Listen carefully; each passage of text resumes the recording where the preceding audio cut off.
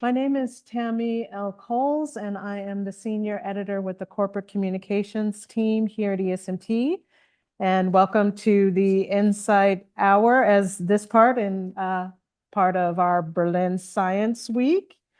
I'm going to be your moderator for this evening's discussion, from labs to living rooms, how crowd science drives modern research. Some of you may have already heard about crowd science, understand that it's helping millions of people, not professional scientists, become involved in projects aimed from medical research to tracking diseases to discovering galaxies. This crowd science movement, right, is redefining who gets to do science and how we collaborate on solving some of the world's greatest challenges. Our guest tonight is Henry Sauermann, who will help us understand this transformation. And I'm going to read from this list here of all of the things about Henry. He is Professor of Strategy and Team Global Chair for Disruptive Innovation here at ESMT. He is also a visiting scholar at the Lab for Innovation Science at Harvard. He is a member of the Scientific Advisory Board for the Leibniz Institute for the Analysis of Biodiversity Change. He is also the winner of the 2025 Strategic Entrepreneurship Journal Best Paper Prize. Along with his co-author Marion K. Poets, who's of Copenhagen Business School, Henry wrote the open access work, How and When, thank you, Henry, How and When to Involve Crowds in Scientific Research. We'll hear from Henry about his work and more. And then later we will open the floor to your questions. Henry, welcome. Thank you. And yes, please. All right. Thank you so much, Tammy. Thank you, everyone, for coming. This is a very special kind of lecture because this is a lecture where you never really know who is coming. It's such an open lecture. It's a combination of Science Week, of ESMT, which is, as you probably know, much more management business oriented. But I personally have always had an interest in science. My parents are both doctors. And I think for the last 15 years or so, I've studied the intersection between science and business. And this whole research on crowd science and using crowd science approaches to make science more effective has been very close to my heart. So as Tammy said, I'm going to give you like a flavor of what we put together in a book. So we've done research for years on this. We've worked with different kinds of students, with PhDs at Charité and others, trying to come up with some of these foundational concepts and ideas. And I'm also thinking about where is all this going in the future, right? So this is essentially the book. You can get it online. I'll give you some codes and QR codes later. I'm going to draw out a couple of fundamental things today, and I also look very much forward to having discussions with you around it. So Tammy already gave you a little bit of a definition. And if you're in that space, by the way, who is in this kind of citizen science, crowd science space? Who has kind of touched it before, done it before, heard it before? Citizen science, crowd science, don't care about the terminology for the moment. Okay, some hesitance, not too many, so I'll give you some ideas. Again, there's a lot of self-reflection right now. How do we call this? Do we call it citizens, crowds, participatory science? Don't worry too much about the terminology. It depends on what someone wants to focus on. We think of it, and I think that's useful for all of us today as well, as non-professional participants are actively engaged in research. And this is not just giving their own data. So it's not like I upload my DNA somewhere and it disappears and that's it. But it's really about people knowing what the research is about, being engaged in various different aspects of the research. And so it goes beyond answering surveys or giving blood samples or something, right? So this is kind of just the kind of starting point. And what's also important is that very often it's in response to an open call. So it's not that I go to a certain person and say, hey, can you help me with my project? But it's really me saying, hey, I need help with my project. Whoever wants to show up can show up. And that has both upsides and downsides. The good thing is you get a lot of people potentially if you have an interesting project. The downside is you don't know who's coming, and it's really difficult to manage and control these relationships. And that to some extent is what this whole research is about, this kind of tension between enormous benefits for science in terms of scaling up everything and involving a much broader range of people than normal, but also the challenge of organizing something that is so diffuse and where people come and go as they like, right? So this is essentially the general definition, and we'll see some examples in a minute. So what I thought we do today is mention a couple of examples where maybe you can relate to, as this is something that you've done or that you are interested in. Conceptual frameworks, how do we make sense of all of this, given that there's so many different versions of this? What are some cross-cutting themes? And if you are actually interested in doing this, just one slide essentially pointing you to some of the tools and frameworks in the book that we have to help you structure these processes and come up with something. And then we hopefully have time for Q&A. Now, examples, to make it a little more tangible. Who has seen examples of this? So I saw a few hands up. What were the examples? What have you guys seen? And maybe if you push the little red button, then you can become an official speaker of the session. I think that's the button. Yeah, somewhere. Just push that. Can you figure it out? The right button on the. It's not right, actually. Just the. Yeah. Oh, anyway, not working. Okay. Yes. Then sorry. I was partly involved or visited All right. I visited basically also a lecture about participant or involving patients in medical research early on. And we had many talkers that were either like professional representatives or helpers who, help involve patients directly. And they went to great length to have possibly hundreds of different views, in the medical research, because some of that is very broadly applicable to many different kinds of patients. Yeah, so very good. So a lot of these things are happening in the medical space. There's obviously different reasons for why it makes sense in that context, and maybe more so than others. And we'll get to some of those reasons in a couple of minutes. But yes, you may have seen these things in the medical space. Anybody else? Yeah. I'm a bird watcher, so I've been part of citizen bird census. Try if the button works, but actually, yeah, if you push really well, then it should work. This is disconnected. Oh, this is also disconnected. Man, all right. And this is not the main Q&A yet, but it's good to kind of collect a couple of examples that can connect. Yeah.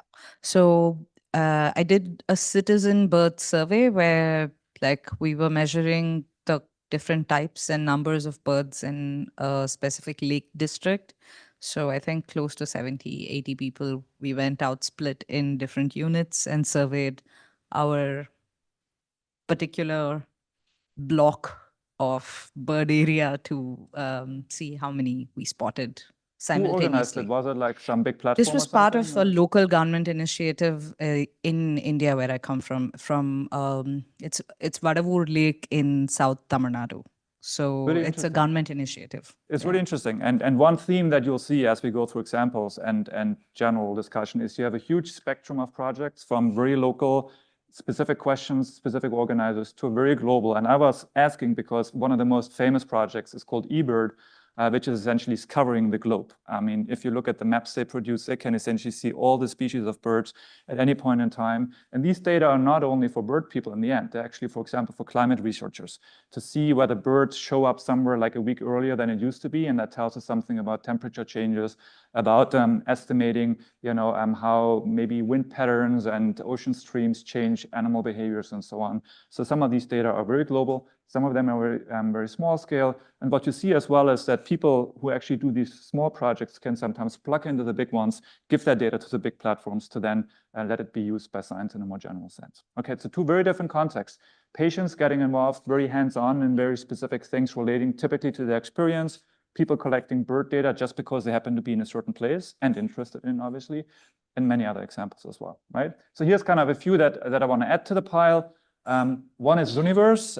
It's the largest platform as far as I know. They have over 3 million people now who are doing actively something along digital classifications, transcriptions, and so on. So it started with a postdoc in Oxford who had a PhD or postdoc, whatever project, trying to understand the the shape of galaxies, whether they're kind of counterclockwise or clockwise, and how it relates to age. So you had millions or hundreds of thousands of images and needed to classify them. Obviously couldn't finish that, put it online, and that gave rise to what's called Galaxy Zoo, one of the oldest projects.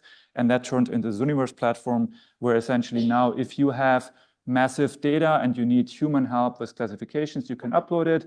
If you want to do something fun and you just want to look at stars, you want to look at gazelles in the desert, you want to look at fish, you want to look at blood cells, you want to look at all Egyptian transcripts, all of this happens on this platform, right? And again, the point there is ultimately it's helping scientists do science in the Zooniverse platform, mostly based on large-scale data that you could simply not do without human help, right? So that's one of these very, very famous projects. Another one, much smaller, relating back to the medical space, is called TELUS, where a funding agency actually said, we don't want to fund scientists necessarily just with what they come up with. We want to see what patients think or what the general public thinks are important topics. So here the involvement was, please people tell us what you think we should study in a particular research area, such as accidental injuries.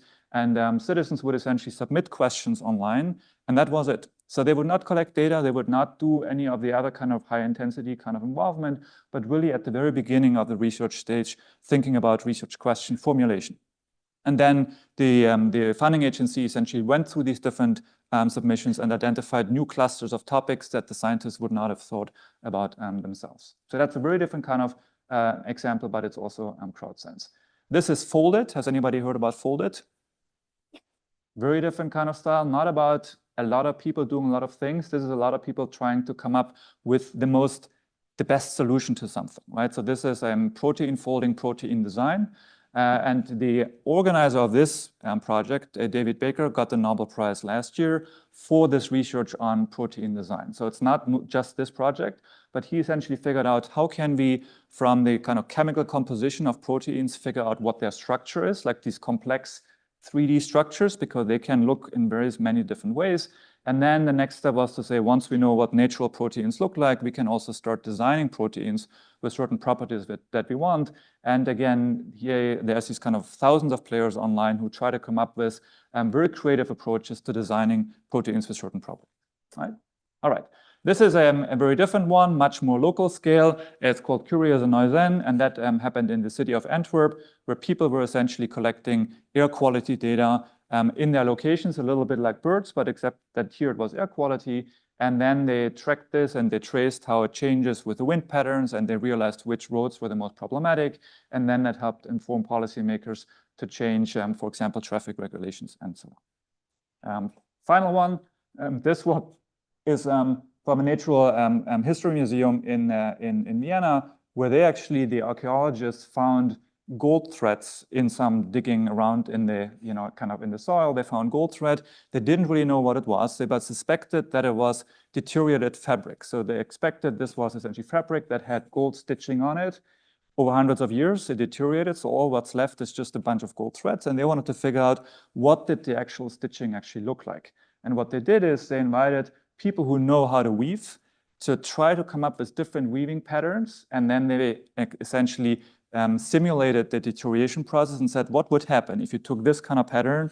What would it look like 500 years later for an ecologist like us? But you need multiple different people trying different approaches. These people were openly invited, but they have to have a certain skill, namely to weave patterns that you tell them to weave. Again, very different examples, but they illustrate again the breadth of how crowd science or citizen science helps scientists in various different fields become better at figuring out what's happening in the natural world, coming up with better treatments, and so on and so forth.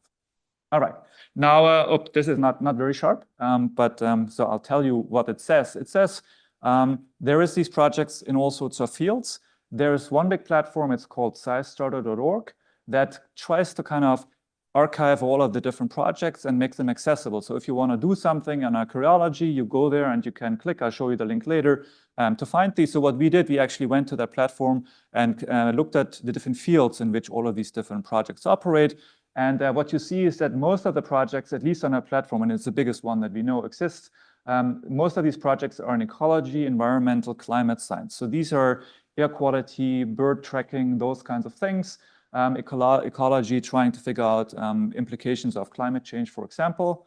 Biology, a lot of these projects are on biology. And to some extent, I think we have so much activity in these fields because a lot of people are interested in this. A lot of people are interested in animals, are interested in local climate, for example.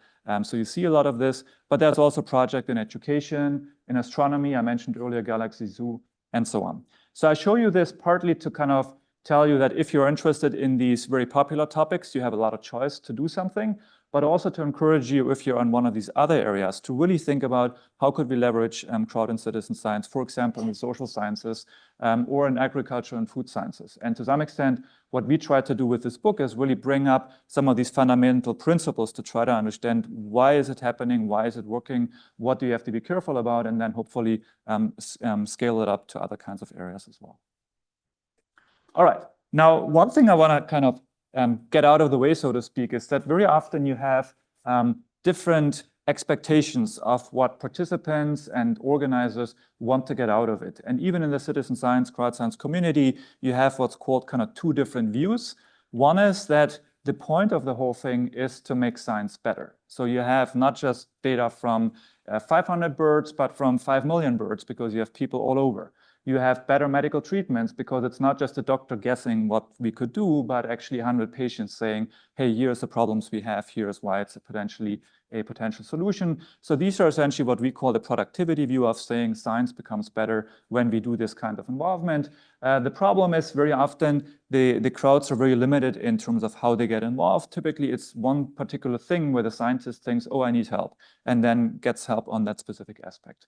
The other view is what's called democratization view, where the idea is by involving citizens and crowds, we're not just making science better, but we're redefining who says what good science looks like. And we're trying to empower people to participate in these processes. We give them agency in the research process. And there's also these other outcomes that are important, such as people learning about science, people also building awareness of climate change, for example, by being engaged in these projects. And so sometimes, depending on who talks about it, you will hear different goals and different perspectives on how we should push these kind of projects forward. What we did in a separate paper is say we shouldn't have to decide one or the other. Ultimately, ideally, we get both of these done. And for some of these very complex challenges like climate change, like getting healthcare better, we need to both have better science, but we also need to realize that it's useful to get inputs from people who have different perspectives, and it's also useful to engage people to then learn about these problems and to also apply solutions, for example, in the real world, right? So if you're interested in this, it's a different project. We mentioned it a little bit in the book, but that's been out for a while to really think about this kind of power of citizen science, both for productivity and for democratization, if you want. All right, now this is kind of the starting point to get a better understanding of what we're talking about, what are some of these projects. And as you've seen, there's a lot of variety in terms of these projects, and it's starting to become too much to kind of have a single lens. It used to be all these kind of data collection in biodiversity. That's kind of one of the starting points. The other one was Galaxy Zoo, but now you see more and more of these different things. So what we thought is let's come up with some frameworks to put structure around it, and then also helping you to say, okay, I want to do something in the arts. What would that look like? Like, why would I use crowds? What would be the benefit for them? Why would I get engaged in this one?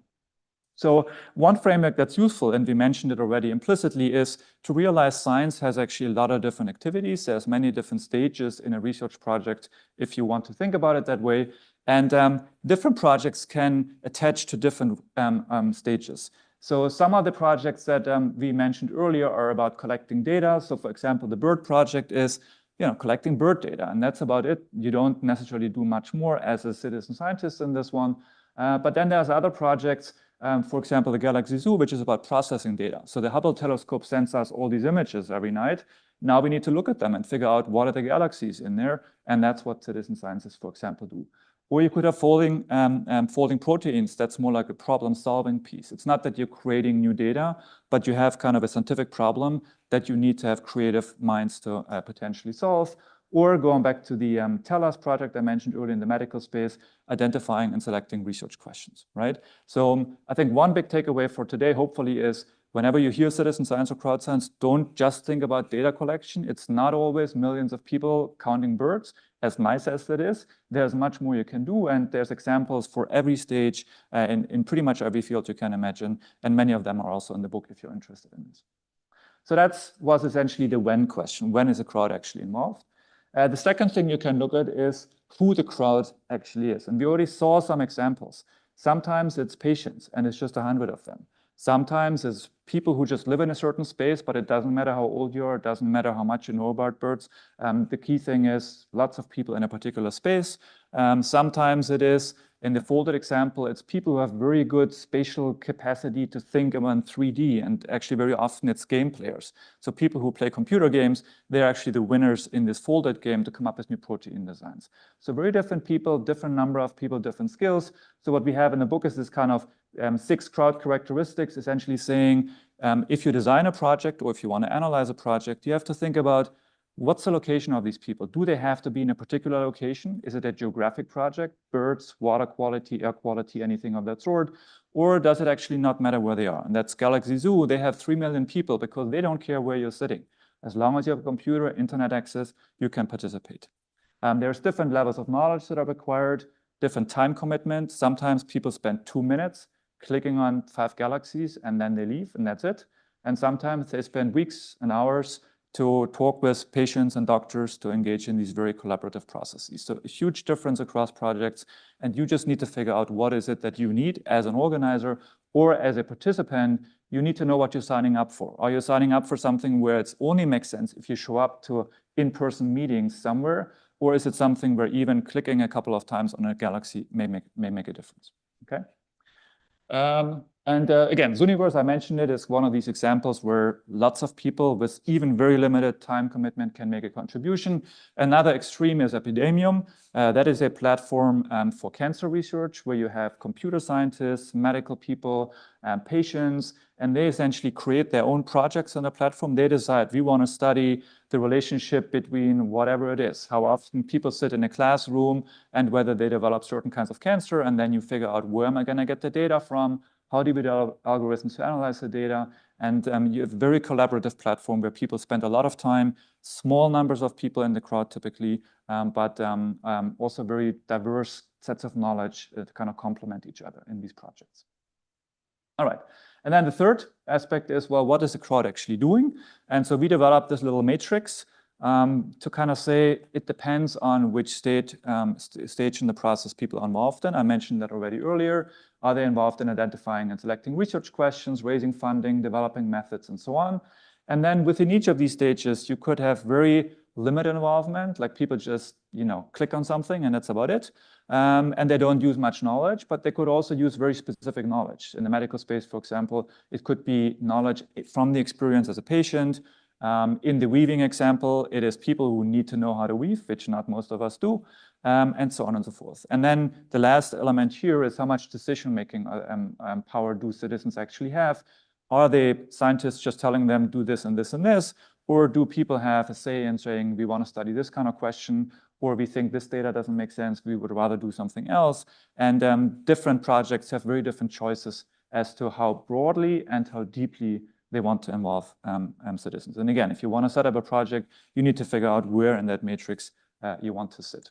Let me just show you kind of 2 examples. This is the Zooniverse project, the typical ones, the Galaxy Zoo. Ignore the writing, think about just the color. This essentially says when we have the whole research process, Zooniverse really involves people in one particular stage, which is processing data.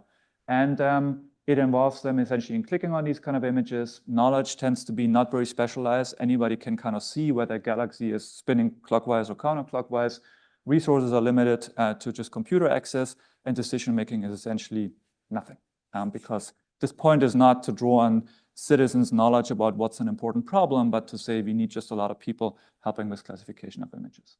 This is essentially a very narrow kind of project. And here is another one, the Curator Neuzen that I mentioned earlier about air quality data in Antwerp. There you have involvement across multiple different stages. Citizens could get involved in fundraising, they could collect the data, they could analyze the data, and then they would actually go to these kind of local fairs and show the data to everybody else and say, hey, listen, this is what's happening in our environment. Look how the quality has changed. Look at when it's better, when it's worse. Let's do something about it, right? So citizens get involved in multiple different activities and also have more control over the process in making certain kinds of decisions. All right.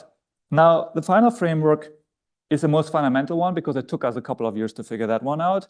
As we've seen more and more of these examples, we were saying, well, what is it ultimately that justifies us to spend so much time on this as organizers, as citizens, and as studying all of this? And we realized that the different projects have very different, what we call underlying rationales for why it makes sense to involve crowds. And let me walk through them and then see, kind of nod or kind of look puzzled if you kind of see the same points or not. And so we have kind of 4 or 5 different kind of paradigms, as we call it. So one is this kind of Zooniverse example, or even the eBird example, where the point is you just need a lot of people to do a lot of things. And it's not about any particular person doing anything better than anybody else. It's just purely about volume. And again, one example is Zooniverse. You have 1 million galaxies and you need classifications, or you have 1 million places on Earth where you want to know which bird is happening right now somewhere. And that's what we call crowd volume. So there it's about massive volume, and the level of knowledge tends to be lower that people need because you need to have as many people as possible. So if you make it too difficult, you're not going to be able to attract a lot of people. So that's crowd volume. The second one is broadcast search. That's the example of Folded, like the kind of Nobel Prize winning kind of stuff. There you don't really need 1 million people to come up with 1 million different things. You really just want to find the one person with the most amazing creative idea, but you don't know who that person is. So that's why you're asking 1,000 people to figure out who has that amazing idea, right? So the idea is you broadcast the call and you say, please give me all your ideas, and there's a winner. And too bad everybody else is not a winner. And we don't really necessarily need their data, but we couldn't get to the winning solution without having done this kind of broadcast search, right? It's a very different kind of approach. User crowd, that's your medical example. So sometimes you don't want random people to do stuff. And it's not only about like a best solution, but yes, you know that as a scientist, you have certain kind of knowledge, but there is other kinds of knowledge that's over there. You know it's there, but you can't access it yourself because you don't have that kind of experience. And again, patient knowledge is a very good one. Or another example in the innovation space is we know that many sports equipment innovations don't come from the companies. It comes from extreme sports people who say, I need skis that have, a rocket, whatever, propeller, and they're going to sit at home and do these kinds of things. The companies would not have come up with both the problem or the solution. Same thing here. There are certain kind of scientific areas where someone who is not the scientist has specific knowledge from experience, and some of the projects that we've discussed and that you can see essentially try to get into people's heads or experience as users, right? And again, that happens in a lot of these kind of medical spaces, but could also, for example, be Korea Noizen, where you had the project of air quality, where they found that on certain days in the data, there are huge spikes of pollution. Well, how would you know what these spikes mean? Well, you ask the local people and they tell you, well, a house burned down. That's why the air quality was bad. And that's kind of local knowledge that you don't have when you just get an anonymous data set, right? So that's kind of user crowd as the paradigm, if you want. Fourth one is the idea that we don't want to have a lot of individual contributions, like a lot of galaxies or a lot of protein solutions or your own experience as a patient, but you put people together in a group to work on something really complex that no individual person could solve on their own. So it's very different from the others. And I mentioned earlier Epidemium, right? So this kind of cancer research platform, you just need both a computer scientist and a patient and a social scientist to figure out how do we understand where cancer develops in certain areas and what we can do about it. So the idea of collaboration rather than individual contributions or even competition, right? So that's, and Wikipedia is another example if you want, right? So we all put little pieces on there, but in the end, it's not that we want 1,000 sentences. We want one big article that makes sense. And so it requires this kind of collaborative approach. And as an organizer, you need to figure out how do I set up the infrastructure to enable this kind of collaboration. And the final is crowd wisdom. Who has heard about the wisdom of the crowd? What does it mean? What do you think that could be? That something that all the individuals do is not aiming at the purpose that all the combined intentions of the individuals achieve, but the individuals don't know that they do it. Like this is some crowd wisdom of the crowd. Yeah, so interesting. There's something about this collective outcome that's different from all the individual outcomes, right? And so one of the earliest examples of crowd wisdom was this kind of an agricultural fair like 100 years ago, where they put an ox in the middle of the room and they said, what is the weight of this ox? And everybody would guess what the weight of an ox is, and nobody had the right answer. But the average answer was pretty much perfect, right? Now, why is that? It is because, again, all of us are kind of guessing. We are looking at it from different angles. Short people look from the bottom, tall people look from the top. No single perspective is a perfect one. But in the end, once we get them, the errors from the different people, you think it's a little bit heavier than it really is. I think it's a little bit lighter than it really is. On average, it's kind of pretty much accurate, right? And there's a lot of research on this one, but that's called crowd wisdom. But again, the logic in this one is completely different. It's not that we want to have 1 million galaxies. No, we want to have one single estimate of what the weight, for example, of that ox is. It's not that we want to find one particular expert in predicting the weight. No, we're saying nobody's an expert in this. Let's average it all out. It's not that you have to be a user, that you would be better at estimating this, and so on and so forth, right? So the point of this one is to say there is these aggregating independent knowledge or preferences helps us kind of get rid of these errors. And one of the applications is actually what's called prediction markets. That's not a science context. It's more like a general market. If you want to know who wins the next presidency, if you want to know what the stock prices are going to be in a couple of weeks, people can bet real money. And it's the same underlying logic. Nobody has the answer, but collectively we kind of get to the truth, right? And that's the crowd wisdom. So this is kind of the last framework that we have in the book to really say, it's very helpful to understand why it makes sense to involve crowds. Is it because you want huge volume, because you want patient knowledge or user knowledge, because you want to average biases and errors, because that tells you what kind of crowd you need to involve, how many people you will need, and it also tells you what infrastructure you need to put in place to enable these kinds of value creation by the crowd members. Now, if you're a good student, you would say, oh, but this is probably more complicated. So why can't we have multiple of these paradigms at the same time? And the answer is yes. Sometimes you have a project that tries to do multiple of these things.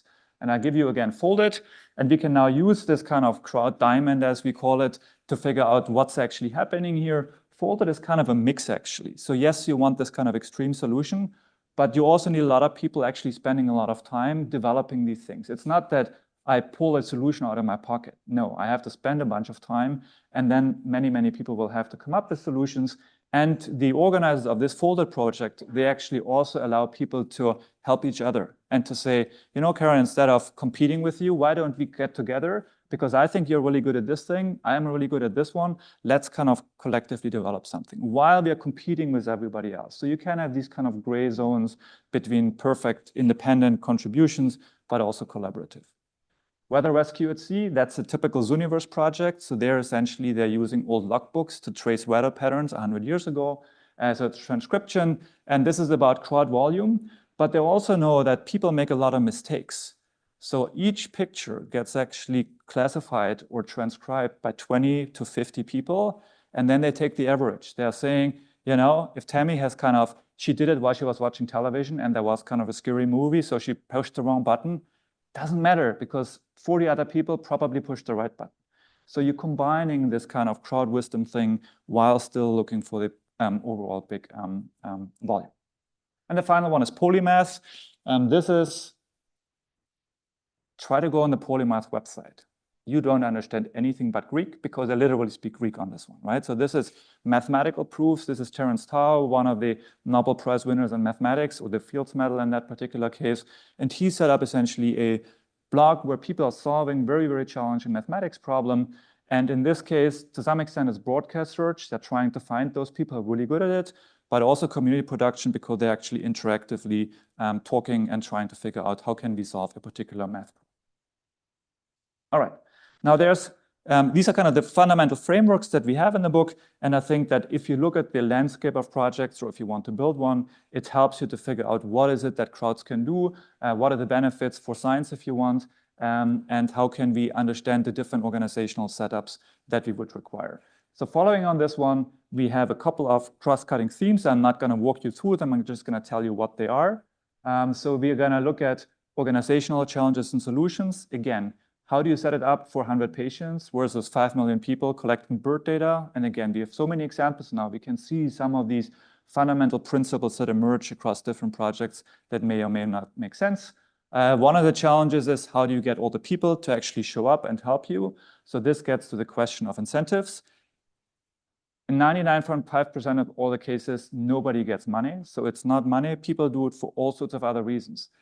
They love birds. They want to help with cancer.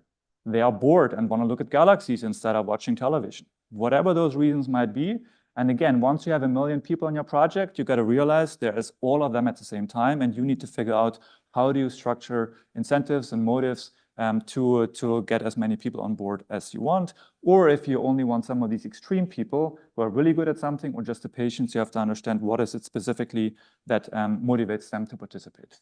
And then there's this big question we already talked in the break about research integrity. How do you ensure quality and how do you protect participants? Especially in the medical space, obviously, it's potentially tricky when people also provide their own kinds of data. But the nice thing is, again, this is not about people giving their own data.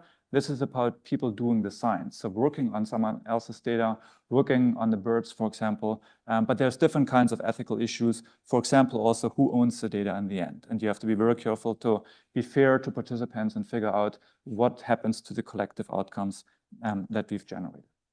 Here's just a little example of the Folded, where they essentially are really good in incentivizing people. They gamify it, so you get points when you build a better molecule, so to speak. But there's also kind of the supporting infrastructure of saying, I'm going to really help you. It's kind of interesting. Folded is an example because computers are not good enough to do this protein folding yet, or at least the design. Now they're good enough in folding, not the design.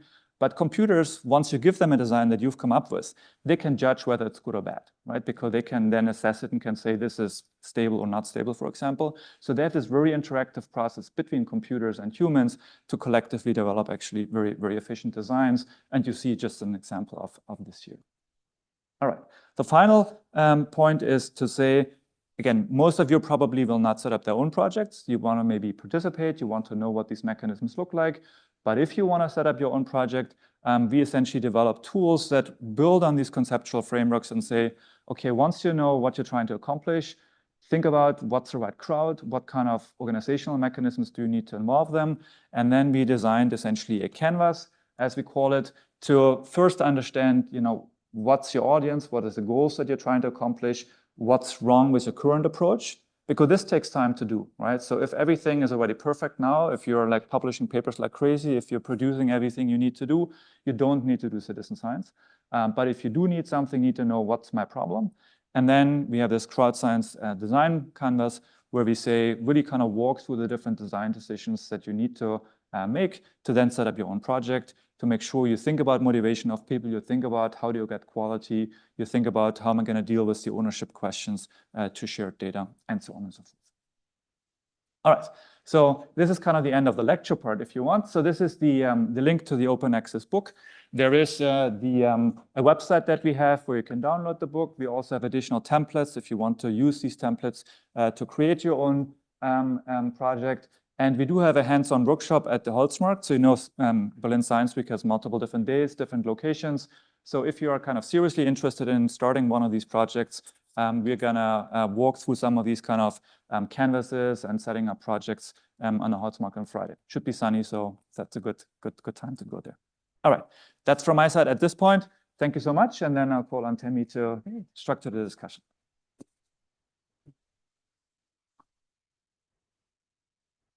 For the benefit of, am I on? Yes?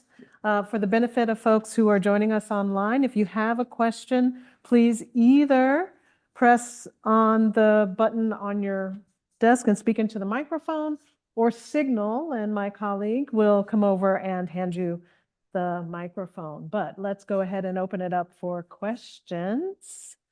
I'd love to see who has that first. Or comments or criticism. If you say that doesn't make any sense, let's have a discussion. That's what we do here. Well, I know that I have one because, here you are. Thanks. Do you see any kind of commercialization in this space yet? Really interesting. So for the last 10 years, I did not think about commercial aspects, partly because this whole community tends to emphasize the non-commercial nature, right? People don't get paid, data tend to be open and so on. But I just got invited to actually talk about, well, what about firms? What are firms doing in this kind of space? And there's actually more than you would expect. It's not as big. So most of the projects that you've seen, they are non-commercial. The platforms where you can look for projects, they tend to be non-commercial. There is a couple of different ways for firms to get involved.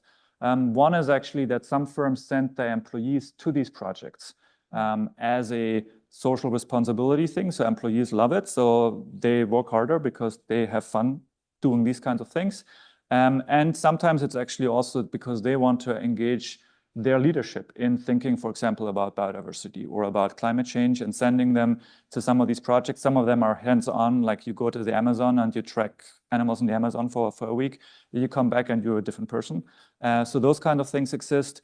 You also have some projects that actually, for example, in environmental monitoring, you know that new construction, when you build a new building, you have to kind of know whether there's kind of this scarce animal that need to take care of before you can build something. So there are now companies that are essentially setting up monitoring projects and then selling these data to these developers who need to make these kind of environmental impact assessments. It's a big kind of question going back to who owns the data. Do people know what's happening to the data? I'm just getting started. I'm writing a new paper on this one.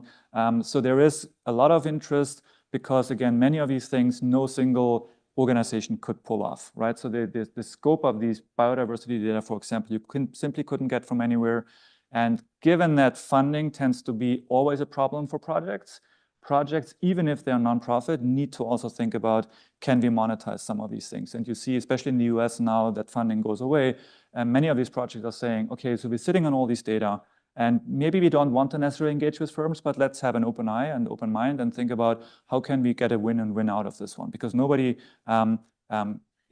we shouldn't let sit data there that is essentially potentially useful, but people don't use it as much as they could. So there's a lot of discussions on this one now. One is, again, data that can be used for various different purposes, including by firms. And the other one is this engagement of employees, which happens quite a bit as well. Yeah. Please. Hold on just a second. Thank you. But I mean, I would sort of challenge what you just said in the sense that maybe crowd science in the moralistic or casuistry sense of it is not accurate for commercialization, but I'm pretty sure organizations like Amazon or several commercial organizations actually use crowdsourced data to gather information, statistics, to essentially do what scientists do in the non-commercial space. I would also think, for example, the Flow app where women track their periods would be an example of how we use it at the personal level, but then the data is definitely being harnessed for something. And this would be true of a lot of different apps where commercialization is science in that sense. And that's maybe a good point to clarify. So if you hear crowd, very often you might think about crowdsourcing, right? So we don't call this crowdsourcing because we focus on the science context. Crowdsourcing, of course, is a much more general thing. It happens in all sorts of places, right? And a lot of companies use crowdsourcing for very mundane things, right? I mean, what's the name we should give to this bottle? Let's do a competition. You can submit the coolest name for a new bottle. I mean, that's crowdsourcing, but it's not science. So the mechanisms, you can use the diamond for the same kind of thing, right? The same logic applies to crowdsourcing as well. So we focus on the science context. The firms tend to do less on this one. Much of the crowdsourcing happens in product development. But yes, to some extent, it may happen in some of these apps. And again, apps are these kind of space where sometimes they're actually already existing products and people get something out of using these products, but in the process generate data that can be used for science as well. And that's where we have to have different kind of models. And you see that now that some say, totally, let's do it. Some say, we will never ever use your data. But different people also have different preferences. Some people say, well, I don't want to waste my data. I'm putting all of that in here. Someone maybe wants to use it. And the other platform that's kind of very active in this space is Patients Like Me. I mentioned it earlier, right? Like a big platform where patients in all sorts of medical things discuss their ideas, what potential treatments can be. Someone says, oh, whenever, I eat whatever, peppermint cookies, then I feel better. And then people start developing an idea, but the platform is a commercial platform. They are looking at all of these data and selling it to companies, right? You may like it, you may not like it. And in the end, probably the answer is transparency, make very clear what's happening so people can self-select into the kinds of organizations they want. But again, I don't have the solutions yet, but now I'm starting to think about it, specifically, again, in the science context, not in the general commercial interest, which of course crowdsourcing happens already. But very good point, and there may not be agreement in the end that one solution is the best for everyone. And it's all about diversity of solutions and people and selection, I think. Go ahead. No question. Exactly the people whose microphones don't work are the ones who have questions. Say you do want to start a project that's, let's say, supported by crowd science. I feel like there's sort of an hen and egg problem where you need a project in order to fund getting people into searching for ideas for the project, if you want to involve them very early. Are there any suggestions or ideas on how you can, as a research company or as a university or whatever, you can actually approach this without having to fund it out of your own pockets at the beginning? Let me show you one more slide, which is like, how do you get involved, both as a user side, but also as an organizer potentially. Oh, I don't have it here. Did you change the? Okay, so maybe change back to the other slide, if you don't mind, to my slide deck. But essentially, the answer to a lot of these chicken and egg problems is to find a space where one of them is already there, right? And so there's platforms that essentially host projects, either in terms of there's already 1 million people sign up, like Zooniverse. If you have another one of these classification projects, you can, yes, perfect. You can essentially go to Zooniverse and you immediately find a ready project, and they also have the infrastructure, right? So if you want to set up a Zooniverse-like project, you can literally build your own project there without having to engage in a lot of figuring out how to manage the process, for example.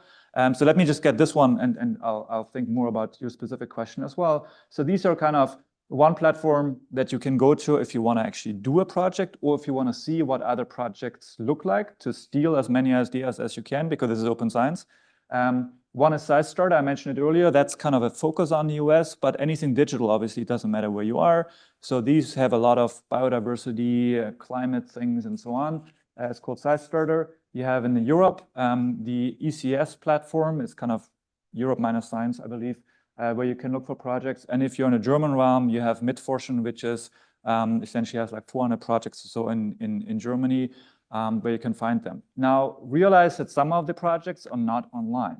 If it's like working with 10 patients in a local kind of community, they will not necessarily publish it online. So depending on what's your interest, you may look for different channels of diffusing your project or getting access as well. And going back to your question, I think there's always this tension between designing a perfect project in enormous amounts of time with huge amount of resources and nobody shows up, versus taking a ready-made kind of template approach with people who are already sitting on certain platforms who are ready to help, but it maybe is not perfect, right? And ideally, you'll find somewhere your kind of optimum. I would also think about the total research process as don't try to do everything at once.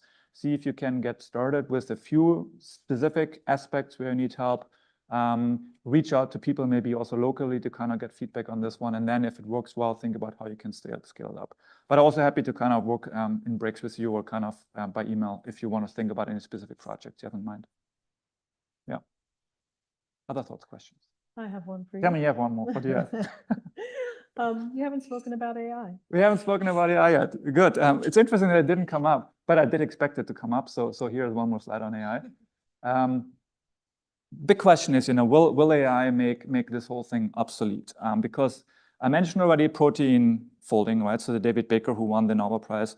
So he got it for protein design, but before protein design was figuring out the structure of existing proteins. But now computers can do that. So we don't need humans anymore to know what the structures of existing proteins are, because machines now can essentially predict what the structures are. And they can predict it because citizens did so much work coming up with smart ideas, and that's fed into the algorithms, and now we are done. But now we are moving into the protein design stage, and that's a much more creative kind of thing. So there we still need humans. And so these are just kind of examples where it really kind of depends on what the crowd actually does, right? And so in general, what we're saying is there's kind of actually different ways in which AI can come into play. The example I just gave is the AI may just simply take over. It can automate everything. And that's what you typically hear in the discussions, even in like general labor markets. Oh my gosh, AI is going to make, computer programmers obsolete, or translators, because Google Translate can do it all. So that's what we call automation. AI takes over tasks from the crowd members. For example, image classification in Galaxy Zoo. So nowadays, Galaxy Zoo, you have 3 million people, but they never do the whole thing anymore. Now they just do 100,000 images, and the other 5 million images that come from the galaxies, they are going to be done automatically, right? So this automation, of course, happens. But there's also what's called augmentation, which is the idea that AI helps the citizens be more productive at what they're doing or learn more at what they're doing. So one example is actually bird classification, for example. So 10 years ago, if you wanted to eBird, you need to go out in the forest and you need to kind of see, okay, there's a bird, you need to know what it is, and then you would write down in your list, okay, I saw a stork. What if you don't know enough about birds to know what it is? Nowadays, you just take a picture, you upload it, and it tells you it's probably a stork, maybe it's something else. And you can figure out, I think this is what it is, right? So you get support, which really enables more people to participate because the required knowledge goes down because you get augmented by the AI, right? In this particular case, I don't think we will ever not need eBird because the AI cannot walk in the forest, right? So there's a kind of physical element in these projects that will require citizens to be engaged as people as well. And then there's actually a third use of AI, which isn't discussed much, but we see it in these projects already, which is called algorithmic management, which means the AI doesn't do the actual job. It just sits on top and figures out, oh, we need more people to go to that forest rather than that forest. Or you're really good at the big birds. He's much better at the little birds. Why don't I give you the big ones and you get the little ones, right? This kind of allocation of tasks in cross geographic space. Or the AI may see, you did a really good job for the last 10 days classifying galaxies, but each day you're getting less and less involved. Before you're going to drop out, I'm going to give you a kick and remind you that you did something really important, and without your data, we cannot write new papers about galaxies, right? So it's a kind of a motivational aspect as well. So all of these things exist. And so this whole discussion of AI, whether it's in the citizen crowd science context or in general, needs to really kind of think about what are the tasks people are currently doing and what are these different kinds of AI uses, not just automation, but also augmentation, algorithmic management. And we have a paper on this one where we kind of say you have to really think about what is the paradigm that you're using. For example, in crowd volume, I mentioned the birds earlier. You may augment using AI. You cannot replace the physical element, but you can, for example, replace people in the Zooniverse version of it, right? Or if it's about user crowds, the question is, how much can AI guess what it feels like to be a patient with a rare disease versus something else? Or in the crowd wisdom, if you would try to estimate, what's the weight of an ox, how good is AI at predicting things? Well, it's supposed to be a prediction machine, right? It's going to be pretty good at this one. So AI may be more likely to replace people in the crowd wisdom, for example, than in the user crowd paradigm because it has more access to these kinds of things. So if you want to read more on this one, there's a paper we have. Any comments and feedback, I'm going to crowdsource here. Totally definitely welcome to hear about this one. But I've talked with a lot of these kind of citizen science people, and many of them are worried. And the ones that are most worried are the ones who don't focus just on productivity. Because if you just care about productivity and writing better papers, if AI can do it, fine, who cares, right? The ones who are worried are the ones who care about also this democratization, about the learning. If you take away the images from the people, how are they going to learn about galaxies? How are they going to learn about biodiversity? And so as an organizer, you need to figure out how much emphasis do you want to put on purely production of new knowledge, which can be taken over by AI probably a little more, versus how much do you also literally care about involving citizens. And then we need to figure out how to keep that going as well. So I don't know, Tammy, that's your answer, but it's Yes. definitely a big question, and a lot of people are kind of trying to figure out how we're going to deal with it. We have time for one more question here, Center. Yeah, about loud minority possibly skewing the results. So I was invited by a random choice to some mobility project.